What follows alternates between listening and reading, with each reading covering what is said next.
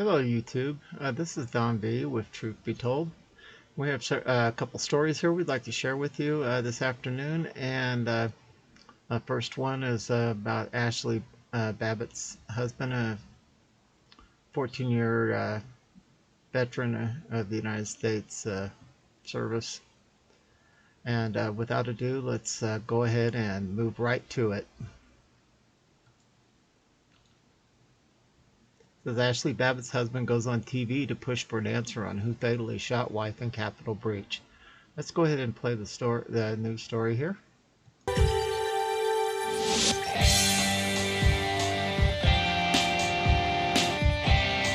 Welcome back to the program. On January 6th, Ashli Babbitt, a 14-year veteran of the Air Force, was shot and killed by an unnamed Capitol police officer during the January 6th breach. 2 weeks ago, the Department of Justice announced that it will not be filing charges against this officer for the shooting. The family of Ashli Babbitt is still looking for answers and solace in all of this, and is considering filing a lawsuit for more than $10 million for wrongful death. Here to tell us more about everything that's going on in that case is the family's attorney, Terry Roberts. Terry, good morning. Good morning. So thrilled to have you on. So, Terry, tell us a little bit about this suit and where things stand in the wake of January 6th and the shooting, the fatal shooting of Ashli Babbitt. Well, the suit hasn't been filed, but it's planned to be filed. And so there's no deadline, at least in the near future, to file the suit. But various steps have to be taken before we file. Mm-hmm. But anyway, it is in the works, and we plan to file. So this is definitely the plan to go ahead with this civil suit. Absolutely. And why is that? What is the case that the family is pushing for that you are going to argue? Okay. The claim essentially is that the officer violated Ashli Babbitt's constitutional right against unreasonable searches and seizures under the Fourth Amendment.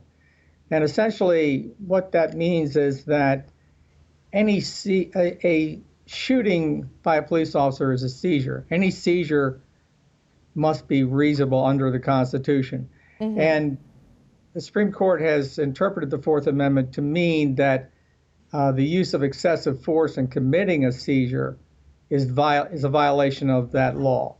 Okay, in this particular case, our claim is that the force used by the officer, deadly force, was unreasonable.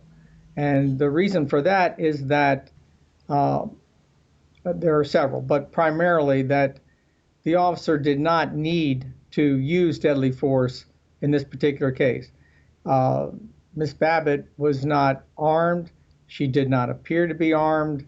And it was unnecessary for the officer to kill her in order to simply arrest her if that's what he wanted to do. This is the essence of it. You don't kill a person when all you need to do is arrest her, mm-hmm. and that is it. Well, I mean, so I think one element, Terry, of this case is just how few details the public have received from the Capitol Police about anything that really happened on January 6th. I mean, every time it seems anything happens in this country, after Tiger Woods' accident just a couple of months ago, the police force usually comes out and gives a press conference, which isn't something that the Capitol Police did in this case. We still haven't really gotten a ton of answers. We won't ask you here today any details that are really not known to the public, but what do you think the reason is that the Capitol Police have been not very forthcoming at all with some of the details of what occurred on January 6th, especially to Ms. Babbitt, when this is, an issue that the entire country and world are brutally aware of, that is still something that's being spoken about, that we heard the president speak about just a couple of nights ago. Why has the Capitol Police Department been so opaque about their handling of all of this? Yes, I've asked the general counsel for the Capitol Police why they have a policy of not disclosing the identity of the officer or the reasons for the officer's use of force, and he just said that's their policy. That's the way they handle things. It's not a policy that's written down anywhere. It's just a policy that they follow. And that's all I've been told. Wow. That's really sad. Really sad. I really feel for this man. To lose your best friend like that would just have to be absolutely awful. At any rate, let's go ahead and move to our next story. It says Joe Biden is totally lost and shares gibberish on the world stage. This was embarrassing, but he allegedly received 81 million. I can't say that word. This guy should not be out of the home, let alone out of the country. Biden spoke in front of the world press with the Secretary of State at his side. There's no way this man should be let out of the home.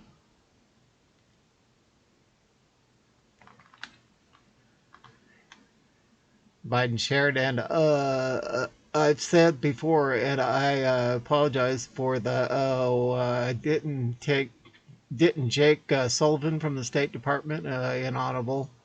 I'm leaving out a lot of people here. I apologize. I'm going to get in trouble, but anyway, we'll get back to that. But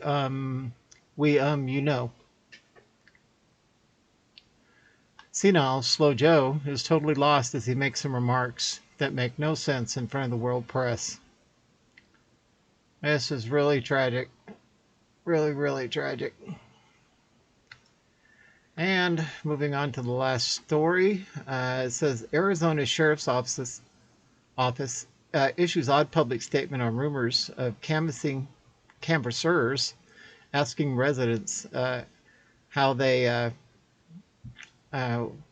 what they signed for on November 3rd in Prescott, Arizona.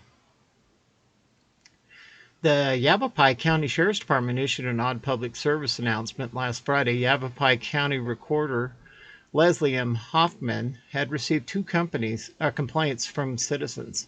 Someone in Prescott, which is 100 miles north of Phoenix, which allegedly asking residents how they had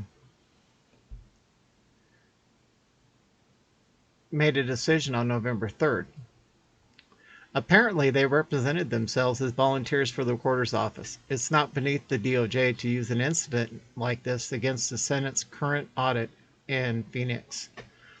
And let's see, there's a little thing here. It says Yavapai County Sheriff's.